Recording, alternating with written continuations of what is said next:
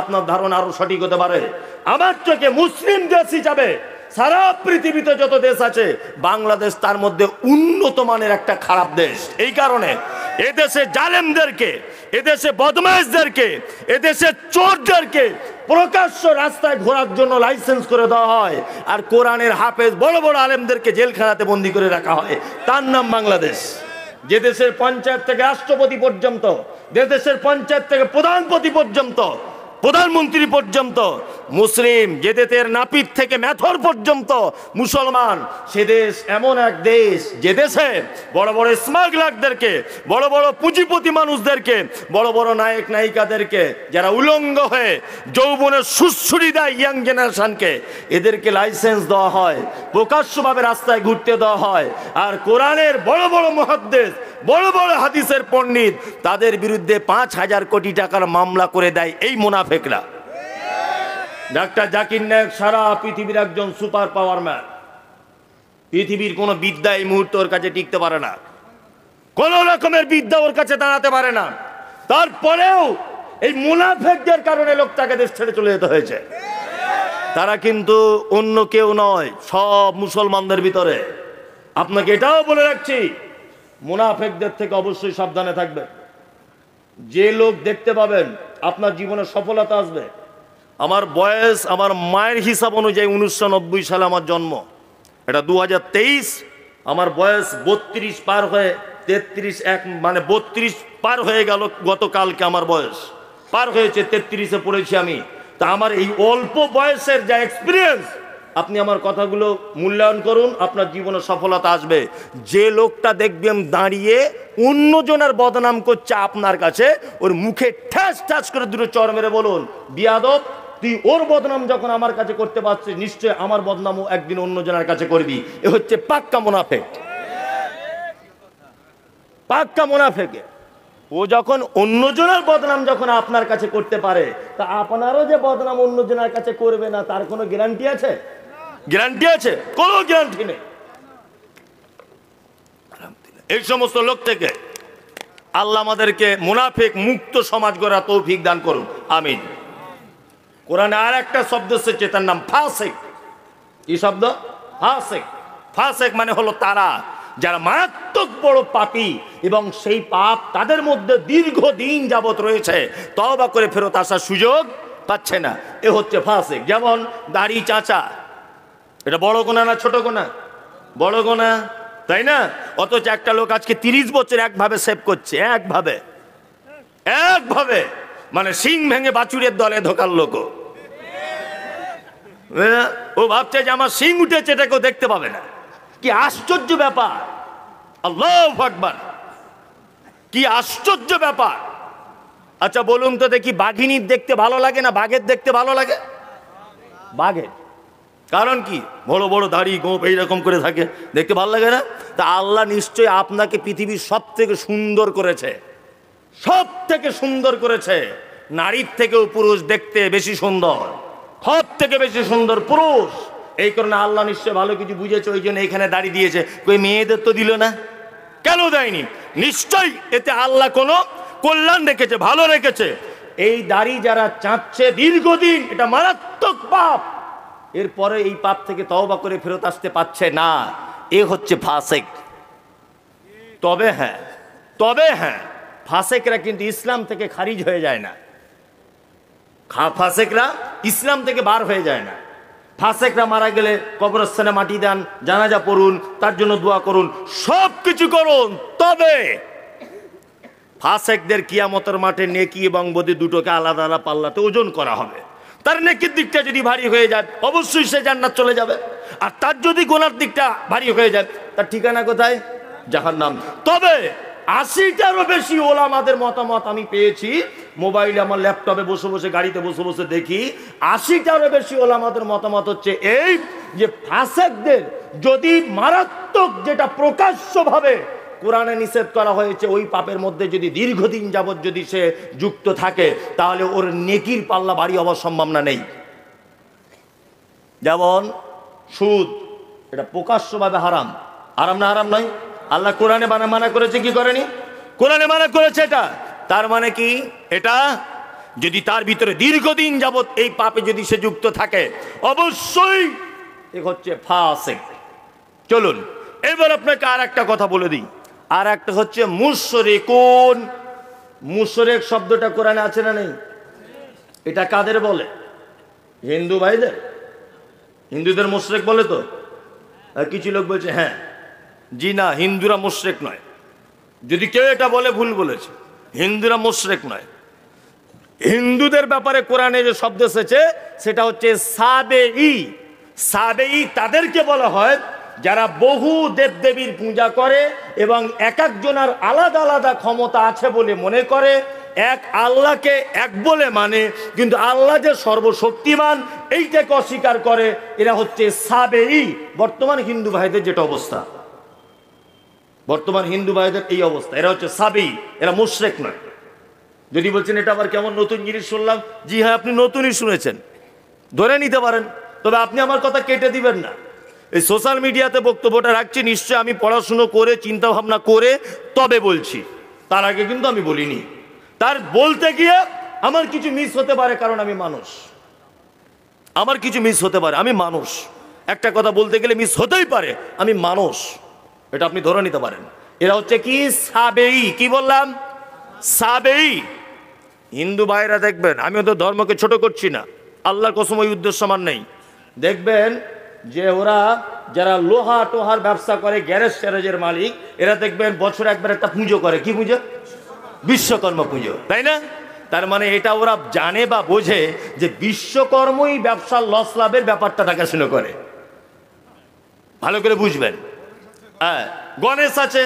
আরো দেখবেন ওরা পুকুরে স্নান করতে গিয়ে সূর্যের সামনে এরকম ভাবে হাত জোর করে, করে না? করে। কারণ হিন্দু ভাইদের একটা দাবি হচ্ছে চূড়ান্ত পর্যায়ের এটা, যে পৃথিবীতে যত নারী পুরুষের আগমন ঘটেছে, আগামী দিনে ঘটবে, সমস্ত নারী পুরুষ গঙ্গা দেবীর সন্তান। ভালো করে বুঝবেন। ওই জন্য ওরা গঙ্গাতে স্নান করতে যদি না পারে, অন্তত পুকুরেও স্নান করার সময়তে সূর্যকে এরকম ভাবে বলে, মা গঙ্গা দেবী, হায়াত মহৎ তুমি দিতে পারো, আর কিছুদিন বাঁচবো, একটু এক্সট্রা পাওয়ার দিয়ে দাও। মানে এটাও জানে যে গঙ্গা দেবী বেশি দিন বাঁচাতে পারে, অল্প দিনে মেরে দিতে পারে, এটা ওর দাবি। ভালো করে বুঝবেন। কি বললাম বুঝলেন না? আপনি মহারাষ্ট্রে চলে যান, ওরা একটা কি বেশি পুজো করে? হ্যাঁ, মহারাষ্ট্রের দিকে গণেশ পূজা বেশি করে। হ্যাঁ, মানে গণেশের ওখানে পাওয়ার বেশি। ভালো করে বুঝবেন। আমাদের কলকাতা পশ্চিম বাংলার মানুষ কালী পুজো দুর্গা পুজো বড় করে করে, তার মানে এখানে এদের পাওয়ার বেশি। ভালো করে বুঝবেন। আমি কাউকে ছোট বড় করছি না, আমি বোঝাতে চাইছি হিন্দু ভাইরা হচ্ছে সাবেঈ। একটা হিন্দু লোককে জিজ্ঞাসা করুন যে এটা কি করে হলো, বলছে উপরওয়ালা করেছে তাই হয়েছে। বলে কি? বলে না? বলে। তার মানে আল্লাহ যে একজন আছে, উপরে যে একজন স্রষ্টা আছে, এটা ও জানে। জানে কি জানে না? জানে। তারপরেও এ অনেক দেবদেবীর পূজা করে, এক একজনের আলাদা আলাদা ক্ষমতা আছে বলে এটাও মনে করে, এই জন্য সাবেঈ। চলুন এবার মুশরিক কাদেরকে বলে আপনাকে সহজ ভাষায় বোঝায়। আল্লাহ নবী সাল্লাল্লাহু আলাইহি ওয়াসাল্লামকে বলা হচ্ছে, নবী আপনি তাদেরকে বলুন আসমান থেকে বৃষ্টি কে বর্ষণ করে? তারা বলবে আল্লাহ। আপনি তাদেরকে বলুন কাবার মালিক কে? তারা বলবে আল্লাহ। আপনি তাদেরকে বলুন সুস্থর মালিককে? তারা বলবে আল্লাহ। আপনি তাদেরকে বলুন রাত এবং দিনের পরিবর্তনের মালিককে? তারা বলবে আল্লাহ। তবে আল্লাহ নবী সাল্লাল্লাহু আলাইহি ওয়াসাল্লাম জিজ্ঞাসা করেছিলেন, বলো কাবার মালিককে? কাবার মালিকের ব্যাপারে জিজ্ঞাসা করা হলে আবু জেহেলের মতো একজন মারাত্মক বড় বেঈমান বলছে আল্লাহ। আসমান থেকে বৃষ্টি কে দিতে পারে? বলছে আল্লাহ। হায়াত মওতের মালিক কে? বলছে আল্লাহ। তবে আবু জেহেল, আবু লাহাব, উতবা, সাইবা, ওই বেঈমান মুশরিকদের একটা আকীদা হচ্ছে এই, আল্লাহ সব ক্ষমতা মানি, তবে এক জায়গাতে আমাদের খুব অ্যালার্জি। কি অ্যালার্জি? বলছে আল্লাহকে ডাইরেক্ট পাওয়া যায় না, দেবদেবীর মাধ্যমে আল্লাহকে পেতে হয়। ভালো করে বুঝবেন। বলুন এবার আপনাকে, আবু জেহেলের এই পদ্ধতি, আবু জেহেলের এই বিশ্বাস, আবু লাহাবের এই বিশ্বাস, উতবার এই বিশ্বাস, সাইবার এই বিশ্বাস, আব্দুল্লাহ ইবনে উবাইয়ের এই বিশ্বাস, মক্কার কুখ্যাত মুশরিকদের এই ঈমান যে আল্লাহকে ডাইরেক্ট পাওয়া যায় না, এই ঠাকুরদের মাধ্যমে আল্লাহকে পেতে হয়। বর্তমানে সারা ভারতবর্ষের মুসলমানদের ভিতরে কিছু মুসলমান তাদের এই বিশ্বাস আছে না নেই যে আল্লাহকে ডাইরেক্ট পাওয়া যায় না? আছে না নেই? তাদের যদি এই বিশ্বাস থাকে আল্লাহকে ডাইরেক্ট পাওয়া যায় না, তাহলে আবু জেহেলের সাথে এই মুসলমানের কোনো ডিফারেন্স আছে? কোনো ডিফারেন্স নাই। আবু জেহেলও জানতো, কি জানতো? কাবার মালিক আল্লাহ, পানি দিতে পারে আল্লাহ, সূর্যের মালিক আল্লাহ, হায়াত মাওতের মালিক আল্লাহ, এটা আবু জেহেলও জানতো। কিন্তু আবু জেহেল এটা জানতো যে ঠাকুরের মাধ্যমে আল্লাহকে ডাকতে হবে। বর্তমানে কিছু মুসলমান আছে না, বলছে মমতাজুল ইসলাম যতই ফটর ফটর ফটর ফটর করো, যতই ফটর ফটর করো। বলছে কি ফটর ফটর? বলছে ফটর ফটর বলতে বুঝছে আমাদেরকে উল্টো পাল্টা বলছে। বলছি তা কি হয়েছে? বলছি তুমি যতই লাপালাপি করো, গতদিনও বলেছি, যারা শোনেননি তারা শুনুন, দুটা একটা গতদিনের ওই কথা এখানে বলছি, সোশ্যাল মিডিয়াতে শুনেছেন, ডাইরেক্ট শোনেননি। বলছে গাছে কি আর এমনি ওঠা যায়, ডাল ধরে উঠতে হয়। বলছে গাছে কি আর এমনি ওঠা যায়, ডাল ধরে উঠতে হয়। ঠিক আছে, আমি মমতাজুল ইসলাম যে কোনো গাছে উঠি না, আমি নারকেল গাছে উঠবো। যে গাছে ডাল থাকে ও গাছে আমি উঠি না। নে এবার তুই কি করবি কর, দেখ গাছে উঠতে পারি কি না। কি বললাম বুঝলেন না? ওসিলা বলছে আল্লাহকে পেতে গেলে ওসিলা ধরতে হবে। আচ্ছা বলুন তো, ওসিলা ধরা ইসলামের জায়েজ না না জায়েজ? জি না, ভুল বলেছেন, ইসলামে ওসিলা জায়েজ, অবশ্যই জায়েজ, তবে সে ওসিলা আলাদা। কি বললাম বুঝলেন না? ওসিলা কি? এই আমার দিকে ফেরুন, গল্প করবেন না, আপনাকে বুঝিয়ে বুঝিয়ে বলছি। আল্লাহ তাআলা পবিত্র কোরআনে বলছে ফালিল্লাহিল আসমাউল হুসনা ফাদউ বিহা, অবশ্যই আমার অসংখ্য গুণাবলী নাম ধরে তোমরা আমাকে ডাকো। এটা আল্লাহ বলছেন। পাপ করেছেন, রাত 2টোর সময়তে উঠেছেন, 2 রাকাত নামাজ পড়ে আল্লাহকে এটা বলুন, আল্লাহ তোমার নাম গফুর, তুমি ক্ষমা করতে খুব ভালোবাসো, তুমি পরম ক্ষমাশীল। আল্লাহ তোমার নাম রহমান, তুমি অতীব দয়ালু। আল্লাহ তোমার নাম রাহিম, আল্লাহ তোমার নাম রাজ্জাক। আল্লাহ তুমি আমাকে রুজি দাও, আল্লাহ তুমি আমাকে কঠিন করে দাও, আল্লাহ তুমি আমাকে শক্ত করে দাও, আল্লাহ তুমি বিপদ থেকে উদ্ধার করো, আল্লাহ তুমি ওয়াকিল। এই রকম আল্লাহর নাম দিয়ে আল্লাহর কাছে চাওয়া জায়েজ। জায়েজ কি জায়েজ নয়? জায়েজ। 2 নম্বর ওসিলা ধরতে পারেন আপনি, আপনি আপনার ভালো কাজের মাধ্যমে ওসিলা ধরতে পারেন। ওই যে একটা ঘটনা মনে আছে, বানি ইসরাইলের 3টে যুবক ছেলে রাস্তা দিয়ে যাচ্ছিল, বিশাল একটা গর্তের ভিতরে তারা আটকে পড়ল। উপর থেকে একটা পাথর এসে তাদের গর্ত আটকে দিল। একজনা বলছে এখান থেকে বাঁচার কোনো রাস্তা নাই, বলছে জীবনে যদি কোনো ভালো কাজ করো তাহলে আজকে সেটা প্রকাশ করো, আল্লাহ চাইলে ওই ভালো কাজের মাধ্যমে আমাদেরকে উদ্ধার করবেন। একজনা বলল আল্লাহ আমাকে একজন সুন্দরী মহিলা ব্যভিচারের জন্য ডেকেছিল, আমি বলেছিলাম ইন্নিয়া খাফুল্লাহ, আমি আল্লাহকে ভয় করি। পাথরের 3 ভাগের 1 ভাগ সরে গেল। ঘটনা শুনেছেন? শুনেছেন? পুরু পাথর সরেছিল কি সরেনি? সরেছিল। মাঝে সাঝে যখন বিপদে পড়বেন তখন এই রকম করে দোয়া করবেন, কি আল্লাহ হে দেবকুণ্ড মাদ্রাসায় 20,000 টাকা দান করেছিলাম, মমতাজুল ইসলাম বক্তা হয়ে এসেছিল, আল্লাহ আজকে বিপদটা, ওই দানটা যদি আমি তোমার জন্যই করে থাকি তাহলে তুমি আমার এই বিপদ থেকে মুক্তি দিয়ে দাও, ইনশাআল্লাহ আপনার বিপদ থেকে মুক্তি পাবেন। নাম্বার 3, আর একটা ওসিলা চলবে। কি ওসিলা? খুব মারাত্মক ডিপলি একটা হাদিস বলছি, এই হাদিসটা আপনাকে বুঝতে হবে ধ্যান দিয়ে, তাছাড়া বোঝা যাবে না। একজন অন্ধ লোক, কি লোক? অন্ধ লোক আল্লাহর নবীর কাছে এসেছেন, এসে বলছেন আল্লাহর নবী আপনি একটু আমার জন্য দোয়া করে দেন। আল্লাহ, ভালো করে শুনবেন কিন্তু এই হাদিসটা খুব পেঁচালো হাদিস। লোকটা বলছেন আল্লাহর নবী আপনি আমার জন্য একটু দোয়া করে দেন। আল্লাহ নবী সাল্লাল্লাহু আলাইহি ওয়াসাল্লাম বলছেন তুমি ধৈর্য ধরো, তুমি ধৈর্য ধরো, ধৈর্য ধরো, আমার দোয়া পেতে চাও? বলছে হ্যাঁ আল্লাহ রসুল। বলছে ধৈর্য ধরো। লোকটা আবার বলছেন আল্লাহ নবী আপনি একটু আমার জন্য দোয়া করে দেন। আল্লাহ রসুল বলছে এই শোনো, ধৈর্য ধরো। ধৈর্য ধরে বসে আছে লোকটা। আল্লাহ নবী সাল্লাল্লাহু আলাইহি ওয়াসাল্লাম দোয়া করলেন। কে দোয়া করলেন? শুনুন, আল্লাহ নবী, তাই তো দোয়া করলেন। এবার লোকটা নিজে নিজে দোয়া করছেন, কি বলে দেখুন, এটা তিরমিজির হাদিস, সহিহ হাদিস, এখনই আপনাকে হাদিসটা বার করে দেখিয়ে দিতে পারি, চলুন। তখন লোকটা সাইডে গিয়ে দোয়া করছেন, আল্লাহ আমি একজন অন্ধ মানুষ, আল্লাহর নবী আমার জন্য দোয়া করেছেন, দয়া করে নবীর দুয়ার ওসিলা করে তুমি আমার চোখ দুটোকে ভালো করে দাও। কিসের ওসিলা করলেন? নবীর দুয়ার ওসিলা করলেন, তাই তো? চলুন আর একটা বুখারী হাদিস শোনায় আপনাকে, ওসিলা কেমন করে হয়। হযরত ওমরের নাম শুনেছেন? মারাত্মক লোক, তাই না? হযরত ওমর মারাত্মক। ওমর মানে খলিফা, তখন খলিফা, মুখ্যমন্ত্রী তখন কে? হযরত ওমর। অনাবৃষ্টি দেখা দিল, অনাবৃষ্টি, বৃষ্টি নেই, মাঠের ফসল শুকিয়ে যাচ্ছে চাষিদের। সব লোক দল বেঁধে হযরত ওমরের কাছে এসে বলছে, ওমর, আমিরুল মুমিনিন, আপনি একটু দোয়া করুন যাতে আসমান থেকে বৃষ্টি হয়। আমিরুল মুমিনিন তখন বলছেন যে আগে আল্লাহ নবীর দুয়ার ওসিলা করে আল্লাহ বৃষ্টি দিত, এখন নবী বেঁচে নেই। নবী সব থেকে ভালোবাসতেন আপন চাচা আব্বাসকে, আব্বাসের কাছে যাও। আব্বাস সব থেকে বেশি ভালোবাসতেন আল্লাহর নবীকে।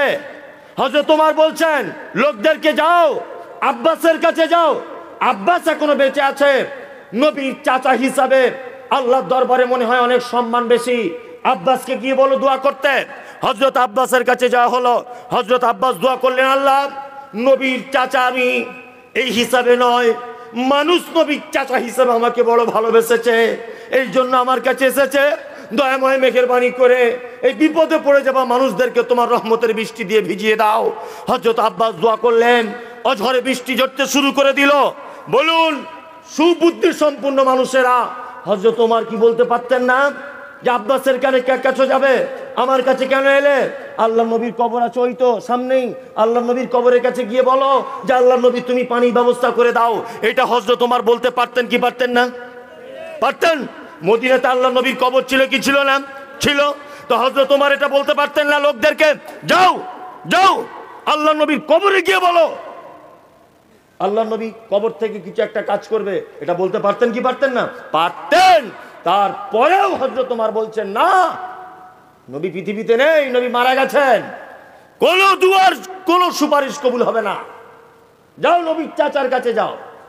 তার মানে নবীর কবরে পর্যন্ত চাওয়ার পারমিশন নাই। তা হুজুরের কাছে পারমিশন এলো কোথা থেকে?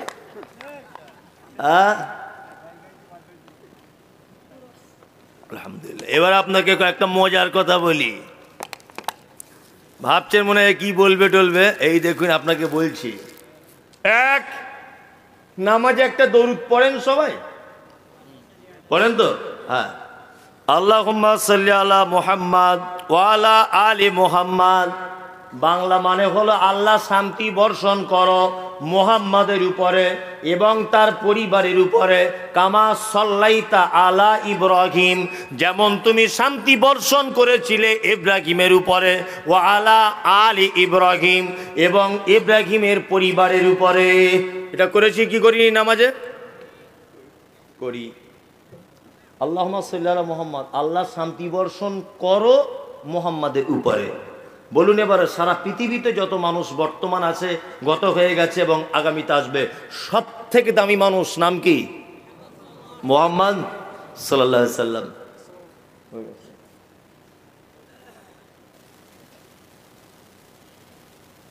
আচ্ছা, যাই হোক, তা সব জায়গাতে ভেজাল, বুঝলেন তো? যাই হোক, আলহামদুলিল্লাহ। তা কি বলছিলাম? তাহলে পৃথিবীর সব থেকে দামি মানুষ নাম কি? হযরত মুহাম্মদ সাল্লাল্লাহু আলাইহি সাল্লাম। তার নামাজে সলিমুদ্দিন কলিমুদ্দিন সুদখোর মাতাল ও ঈদের নামাজে যায়, ব্যভিচার করে যায়, মদ খেয়ে যায়, জমি ফাঁকি দিয়ে যায়, মহা বড় পাপী। এই লোকটাও নামাজে তাহলে আল্লাহ নবীর জন্য দোয়া করে না নবীর কাছে দোয়া চায়? কোনটা? নবীর জন্য দোয়া করে, তাই তো? নবীর জন্য দোয়া করে। তাহলে এবার বলছি পৃথিবীর সব থেকে দামি মানুষ হযরত মুহাম্মদ সাল্লাল্লাহু আলাইহি সাল্লাম। দুই, তারপরে স্থান সাহাবীদের, তাই তো? সাহাবীদের মধ্যে আবার চারজন সুপারম্যান, আবু বকর, ওমর, উসমান, আলী, তাই না? বলুন আবু বকরের নাম শুনলে কি বলি? রাদিয়াল্লাহু তাআলা আনহু। আল্লাহ তুমি তার উপরে সন্তুষ্ট হও, আল্লাহ তুমি তার উপরে রাজি হও, আল্লাহ তুমি তার উপরে খুশি হও, বাংলা মানে। ওমর একই, উসমান একই, আলী একই, আব্দুল ইবনে আউফ একই, ইবনে মাসউদ একই, আবু হুরায়রা একই, ইবনে মাসউদ একই। এইখানে আমরা দোয়া করলাম কার জন্যে? উমারের জন্য, যে আল্লাহ উমারের উপরে খুশি হও, তাই তো? এবার আপনাদেরকে বলছি, খুব মনোযোগ সহকারে শুনুন। আবু বকর, ওমর, উসমান আর আলী, এটা একটা পাল্লা। এই পাল্লাতে রাখলাম কাকে? আবু বকর, ওমর, উসমান, আলীকে। আর এই পাল্লাতে আমাদের নবী মুহাম্মদ সাল্লাল্লাহু আলাইহি ওয়াসাল্লামকে রাখলাম। ধরে নেন, বলুন তো, ঈমানের দিক দিয়ে, সম্মানের দিক দিয়ে, মর্যাদার দিক দিয়ে, আল্লাহ তাআলার ইবাদতের দিক দিয়ে কোন পাল্লা ভারী হবে? মুহাম্মদ সাল্লাল্লাহু আলাইহি ওয়াসাল্লামের, তাই তো? চলুন এবার মুহাম্মদ সাল্লাল্লাহু আলাইহি ওয়াসাল্লামকে পাল্লা থেকে নামিয়ে এই জায়গাটায় রাখলাম। ধরে নেন, যুক্তি দিয়ে বলছি, সারা পৃথিবীতে যত পীর সাহেব আছে সব পীর সাহেবকে এই পাল্লায় তুললাম, আর আবু বকর, ওমর, উসমান, আলী চারজনকে এই পাল্লাতে তুললাম। এবার বলুন তো কোন পাল্লাটা ভারী হবে ঈমানের দিক দিয়ে? কেন? পীর সাহেবদের সংখ্যা বেশি তো, হবে না? না হবে না। তাহলে আপনারা বেশ ভালো বুঝেছেন। কি বুঝেছেন? যে পীর সাহেবদের তাহলে হালকা হয়ে গেল, আবু বকর, ওমর, উসমানের ভারী হয়ে গেল। আবার প্রথমে ফেরত যাচ্ছি আমি। আবু বকরের জন্য দোয়া করেছিলেন না তার কাছে দোয়া চেয়েছিলেন? কোনটা? দোয়া করেছিলেন। আল্লাহ নবীর জন্য দোয়া করেছিলেন না দোয়া চেয়েছিলেন? করেছিলেন। তাহলে আল্লাহ নবী পৃথিবীর সব থেকে দামি মানুষ, ওনার জন্য যদি দোয়া করা লাগে, তারপরে দামি মানুষ আবু বকর, ওমর, উসমান, ওদের জন্য যদি দোয়া করা লাগে, তাহলে হুজুরের কাছে দোয়া চাইতে যাব কেন? বরং হুজুরের মাজারে গিয়ে বলবো, আল্লাহ, হুজুর বড় বিপদে পড়েছে, ওকে তুমি কিয়ামতের দিন রক্ষা করো। ওর কাছে কেন চাইতে যাব? ও কি মোক্তার না উকিল যে বাঁচাতে পারবে? নবী পর্যন্ত দুয়ার মুখাপাক্ষী, প্রত্যেক নামাজে পর্যন্ত শিখিয়ে দিয়ে গেছেন উম্মতকে, দোয়া করবে আমার জন্য। তার নবীর জন্য যদি দোয়া করা লাগে, এ কোথাকার জিলাপি হুজুর এ বলে গেল। অনেক জায়গাতে দেখেছি, বলছে মারা গেলে ভিতরে সার্টিফিকেট দেওয়া হচ্ছে। বলছে কোথায় যাবে? বলছে স্বর্গে চলে যাবে। তা মনে মনে বলছি, তোমার হুজুরই তো কিয়ামতের মাঠে নৌকা চালাবে, ও তো নিজেরই ঠিক নাই। কি আশ্চর্য ব্যাপার! এদের উচিত শিক্ষা ঠিক এইভাবে দিতে হবে। কেমন ভাবে জানেন? একটা লোক স্বপ্ন দেখেছে রাতের বেলা, তার পীর সাহেবের কাছে ব্যাখ্যা করতে গেছে। খুব ভালো করে শুনবেন। বলছে, পীর সাহেব, আমি একটা স্বপ্ন দেখেছি। তা বলছে, কি স্বপ্ন? বলছে, আমার ডান হাতে মধু আছে, হ্যাঁ, আর বাম হাতে পায়খানা লেগে আছে। তা বলছে, তারপরে কি স্বপ্নটা কেমন হলো? বলছে, আমি ডান হাতটা আপনাকে দেখাতে এসেছি, বাম হাতটা আপনাকে দেখাতে এসেছি। তখন বলছে, ওরে বাবা, দুটো হাতই দেখাতে এসছো? বলছে, হ্যাঁ। বলছে, হুজুর, তারপরে দেখছি একটা জিনিস। তো বলছে, কি? বলছে, আমি যেন মধু আর পায়খানাটা নিয়ে আপনার কাছে আবার জানতে এসেছি। তো বলছে, কি হলো তারপরে? বলছে, হুজুর, তারপরে আমি জানতে এসেছি, স্বপ্নে ঘুমিয়ে ঘুমিয়ে দেখতে পেলাম যে, না সরি, ভুল হচ্ছে। বলছে, হুজুর, একটা স্বপ্ন দেখেছি। তা বলছে, কি? বলছে, আমার হাতে যেন মধু, এই আপনার হাতে যেন মধু, আর আমার হাতে যেন পায়খানা। ঘটনাটাই বলতে ভুল হচ্ছিল, যে আমার হাতে পায়খানা, আপনার হাতে আছে মধু। তখন পীর সাহেব বলছে, দেখেছ পীরের কত কেরামতি, তুমি পাবলিক বলে তোমার হাতে পায়খানা, আমি পীর, ওই জন্য আমার হাতে মধু। বলছে, হুজুর, স্বপ্ন শেষ হয়নি। বলছে, তাহলে এরপরে কি আছে? বলছে, তারপরে দেখছি আপনি আমার হাতটা চেটে খাচ্ছেন, আমি আপনার হাতটা চাটছি। কি বলছি বুঝতে পারছেন? হ্যাঁ, মারাত্মক ব্যাপার। মানে ও বলতে চাইছে যে আমার হাতে পায়খানা, আপনার হাতে মধু, স্বপ্ন দেখছি। হুজুর বলছে, মধু হবে না, আমি পীর সাহেব, আর তুমি সাধারণ লোক, তুমি পেয়ারার ব্যবসা করো, তোমার হাতে মধু হবে? পীরের কেরামতি নাই। ও তখন বলছে, হুজুর, স্বপ্ন আমার শেষ হয়নি। তা বলছে, কি করতে হবে? স্বপ্ন শেষ হয়নি। বলছে, তারপরে স্বপ্নে দেখছি, একটু ঘুম ভাঙানোর পরে আবার ঘুমিয়ে গিয়ে, যে মধু আপনার হাতে, ওইটা আমি চাটছি, আর আমার হাতে পায়খানাটা আপনি চাটছেন। মারাত্মক ব্যাপার। এদের উচিত শিক্ষা এইভাবে দিতে হবে, তাছাড়া এই জাতিকে বাঁচানো সম্ভব সম্ভব নয়। মুশরিক এর আকীদা যদি এই হয়, এর চিন্তাধারা যদি এই হয় যে আমার দাদুর মাধ্যম দিয়েই আল্লাহকে পাওয়া যাবে, আর রহমানির রহিম মালিকি ইয়াউমিদ্দিন। ইয়্যাকা না'বুদু ওয়া ইয়্যাকা নাস্তাঈন ইহদিনাস সিরাতাল মুস্তাকিম সিরাতাল লাযীনা আন'আমতা আলাইহিম গায়রিল মাগযুবি আলাইহিম ওয়ালাদ-দাল্লিন আমিন।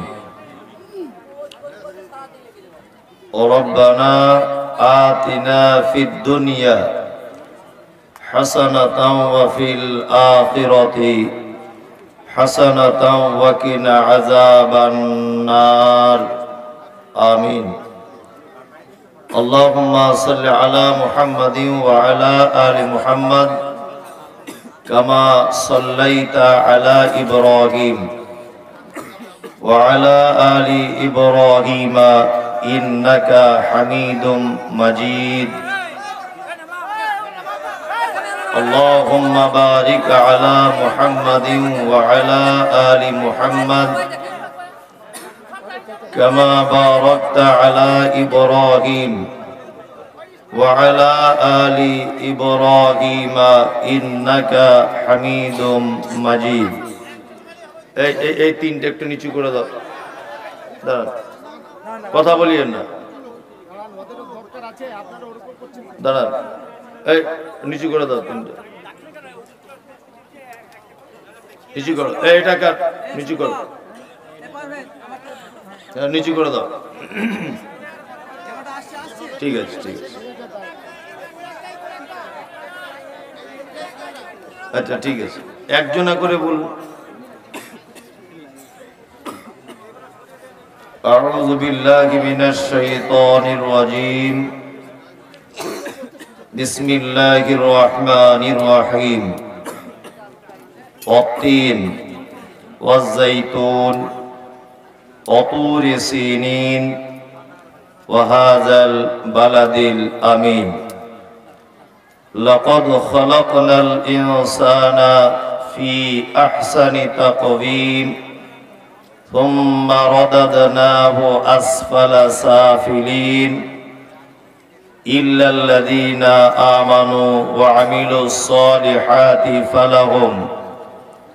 فلهم أجر غير ممنون فما يكذبك بعد بالدين أليس الله بأحكم الحاكمين ছোট্ট খোকন বলল সেদিন বাবাকে তার ডেকে ছোট্ট খোকন বলল সেদিন বাবাকে তার ডেকে আচ্ছা বাবা তোমার চুলগুলো সব যাচ্ছে কেন পেকে বাবা বলে যাদের ছেলে দুষ্টুমিতে পাকা তাদের বাবার মাথার চুল যায় না কাঁচা রাখা ছোট্ট খোকন বলল তখন হয়নি আমার ভুল তুমিও তো ছিলে আমারই মতো তাই পেকে ছিল দাদুর চুল আজকের জলসার সুযোগ্য নির্বাচিত যোগ্যতম সভাপতি আমার শ্রদ্ধাভাজন দীর্ঘদিনের ওস্তাদ জনাব মাওলানা নুরুল ইসলাম ফাইজি সাহেব হাফেজাহুল্লাহ সহসভাপতি রয়েছেন উত্তর মেটেগোনা মাদ্রাসার দায়িত্বশীল শিক্ষক মণ্ডলী মাদ্রাসার পরিচালক কমিটি গ্রামবাসী মঞ্চে বসে আছেন আমন্ত্রিত ওলামায়ে কেরাম ও অতিথিবৃন্দ শ্রোতা হিসাবে যারা এসেছেন চলে গেছেন এসেছিলেন নারী পুরুষ আবাল বৃদ্ধ বনিতা নির্বিশেষে সকলকে জানাচ্ছি আন্তরিক শুভেচ্ছা ভালোবাসা মোবারকবাদ আমি আরবিতে আল্লাহর প্রশংসা আদায় করে নিয়েছি তথাপিও আমরা একজন পিওর বাঙালি সেই হিসাবে বাংলাতেও আল্লাহর প্রশংসা আদায় করছি যিনি আমাদেরকে একটা মাদ্রাসা কেন্দ্রিক জলসায় এসে হাদিস এবং কোরআন শোনার তৌফিক দান করেছেন সংক্ষিপ্ত আকারে সকলেই একবার ঠোঁট দুটোকে হিলিয়ে দিয়ে বলি আলহামদুলিল্লাহ অতঃপর বিশ্ব বরেণ্য নেতা, বহিঃপ্রবিক পরনেতা, সৈয়দুল মুরসালিন, ইমামুল আম্বিয়া, নবী মুহাম্মদুর রাসূলুল্লাহ সাল্লাল্লাহু আলাইহি ওয়াসাল্লামের উপর অজস্র দরুদ শান্তির ধারায় বর্ষিত হোক। আল্লাহুম্মা আমিন, আল্লাহুম্মা সাল্লি আলাইহি। আমি এখানে বক্তব্য রাখার আগ পর্যন্ত যা কিছু ভেবেছি, তাতে করে আমাদের ভিতরে কিছু সিফাত আছে যেগুলো খুব খারাপ, কিছু গুণ আছে। যেমন একজন শাইখুল হাদিস সালাম দিচ্ছেন, অথচ একটা মানুষ উত্তর দিচ্ছেন না। মৌলানা যখন বলছিলেন যে পবিত্র আল কোরআনের একটা একটা অক্ষরে 10টা করে নেকি হয়, আলিফ একটা হরফ, মিম একটা হরফ, লাম একটা হরফ, যখন বলছিলেন এটা যদি কোনো বেদাতীদের জলসা হতো তো আলহামদুলিল্লাহ সুবহানাল্লাহতে প্যান্ডেল উড়ে যেত। এই সিফাতগুলো আমাদের নেই, আছে? নেই। এটা কোরআনের হাফেজ হলো কয়েকটা ছেলে, একবার যে অন্তত পক্ষে তাদের জন্য আমিনটাও বলবে, বা তারা যে পরিচয় দেওয়ার সময় আসসালামু আলাইকুম ওয়া রাহমাতুল্লাহ বলছে উত্তরটা দিবে, কোনো এসব ব্যাপারই নেই। মানে আমি অবশ্য সোশ্যাল মিডিয়াতে খুব বলছি, তারপরে আমাদের নিজেদেরও কিছু অনেক কিছুই ত্রুটি রয়েছে, নেই? অনেক কিছু রয়েছে।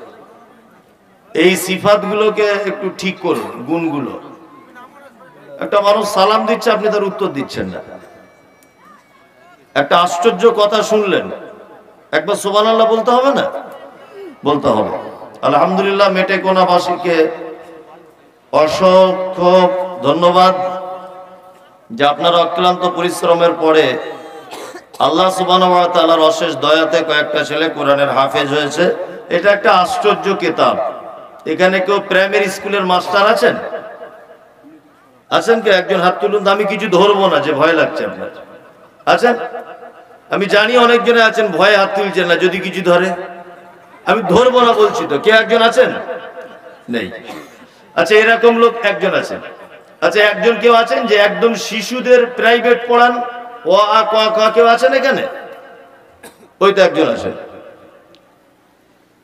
কোরআন একটা আশ্চর্য কিতাব, আপনি অবাক হয়ে যাবেন শুনলে। এখন তো অঙ্গনারী স্কুলগুলো চালু হয়েছে, এখানে বাচ্চাদেরকে অ আ ক খ শিক্ষা দেওয়া হয়। আগে কিন্তু প্রাইমারিতেই দেওয়া হতো না? একটা মাস্টার 30 বছর চাকরি করছে, অ আ ক খ বর্ণ পরিচয় যে বইটা 4 থেকে 5টা পৃষ্ঠার বই, একটা মাস্টার এখানে বলুন তো যে এই বইটা 30 বছর পড়াচ্ছি, আমার বইটা পুরো মুখস্থ হয়ে গেছে, সারা পশ্চিম বাংলার একটা লোক পাওয়া যাবে? পাওয়া যাবে? যাবে না। কিন্তু কোরআন দেখুন, এত মোটা একটা কিতাব, কয়েকটা ছেলে মুখস্থ করে নিয়েছে। এক আশ্চর্য ব্যাপার, মারাত্মক ব্যাপার। এটা পৃথিবীর অন্য কোনো বইয়ের পক্ষে সম্ভব নয়, কোরআনের পক্ষে এটা সম্ভব।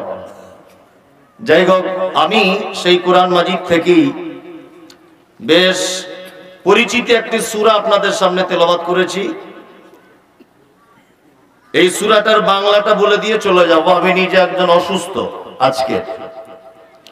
সর্বপ্রথম আপনাদেরকে বলে রাখছি, আব্দুল আজিজ সালাফি সাহেব একটা কোরআনের আয়াত বলছিলেন, কিন্তু লাস্টের একটা কথা যা উনি টাইমের কারণে বলেননি, সেটা হচ্ছে এই যে ইন্না আরাজনাল আমানাতা আলাস সামাওয়াতি ওয়াল আরজ ওয়াল জিবাল ফাআবাইনা আন ইয়াহমিলাহা ওয়া আশফাকনা মিনহা ওয়া হামালাহাল ইনসান ইন্নাহু কানা যালুমান জাহুলা। সূরা আহজাব আয়াত নাম্বার 72। আল্লাহ তাআলা বলছেন যে আসমানের উপরে, জমিনের উপরে, পাহাড়ের উপরে কোরআন অবতীর্ণ করতে চাইলাম, কিন্তু তারা ভয়ভীত হয়ে গেল। অবশেষে কোরআন অবতীর্ণ করা হলো মানুষের উপরে, কিন্তু যাদের উপরে কোরআন অবতীর্ণ করা হয়েছে তাদের দুটো চরিত্রের কথা আল্লাহ লাস্টে বলেছেন। এদের চরিত্র দুটো কি না? জালুমান জাহুলা। এরা হচ্ছে জাহেল আর এরা হচ্ছে জালেম। দুটো চরিত্রের কথা আল্লাহ বলেছেন, যে যাদের উপরে কোরআন অবতীর্ণ করা হলো এদের দুটো চরিত্র, এক এরা হচ্ছে জালেম, এক এরা হচ্ছে জাহেল। জালেম মানে যারা জানার পরে মেনে নেওয়ার চেষ্টা করে না বা মানে না, এরা হচ্ছে জালেম, অত্যাচারী। জালেম সেই যে অত্যাচারী, জানার পরে মেনে নেয় না। জাহেল হচ্ছে সেই যে জানার চেষ্টা করে না। এই দুটো গুণই কিন্তু আমাদের ভিতরে আছে।